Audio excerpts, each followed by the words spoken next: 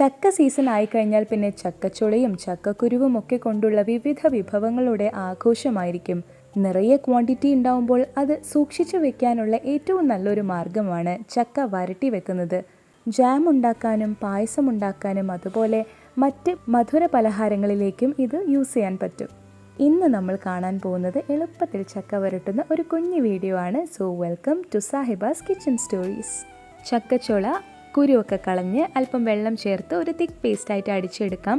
പിന്നെ ശർക്കര പാനിക്ക് വേണ്ടി ശർക്കര വെള്ളത്തിലിട്ട് തിളപ്പിക്കാൻ വെച്ചിട്ടുണ്ട്.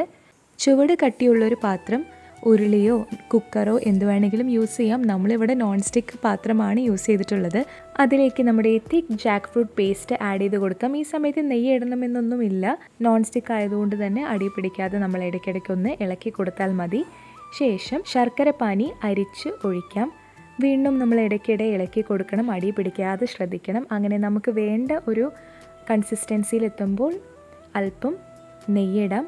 വീണ്ടും ഒന്ന് ഇളക്കി അത് പാത്രത്തിൽ നിന്നും വിട്ടുവരുന്ന ഒരു പരുവമാവുമ്പോൾ അടുപ്പ് ഓഫ് ചെയ്യാം. ആൻഡ് കുറച്ച് ഏലക്കായും പഞ്ചസാരയും ചേർത്ത് പൊടിച്ചത് അതിലേക്ക് ആഡ് ചെയ്താൽ നല്ല ഫ്ലേവർ ആയിരിക്കും, നല്ല സ്മെല്ലായിരിക്കും. ഇത് നമ്മുടെ താല്പര്യാർത്ഥം കുറച്ചും കൂടി ടൈറ്റ് ആക്കാം കേട്ടോ. ഒന്നും കൂടി കുറുക്കിയെടുത്താൽ നല്ല ഹൽവ പോലെ ഇരിക്കും.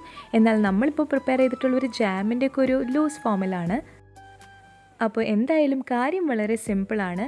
ക്ഷമയോടെ അടി പിടിക്കാതെ ഇളക്കി കൊടുക്കുക എന്നുള്ളൊരു ടാസ്ക് മാത്രമേ ഉള്ളൂ. സോ ചക്കയും ചക്ക വിഭവങ്ങളും ഇഷ്ടപ്പെടുന്ന എല്ലാവർക്കും ഈ വീഡിയോ ഡെഡിക്കേറ്റ് ചെയ്യുന്നു.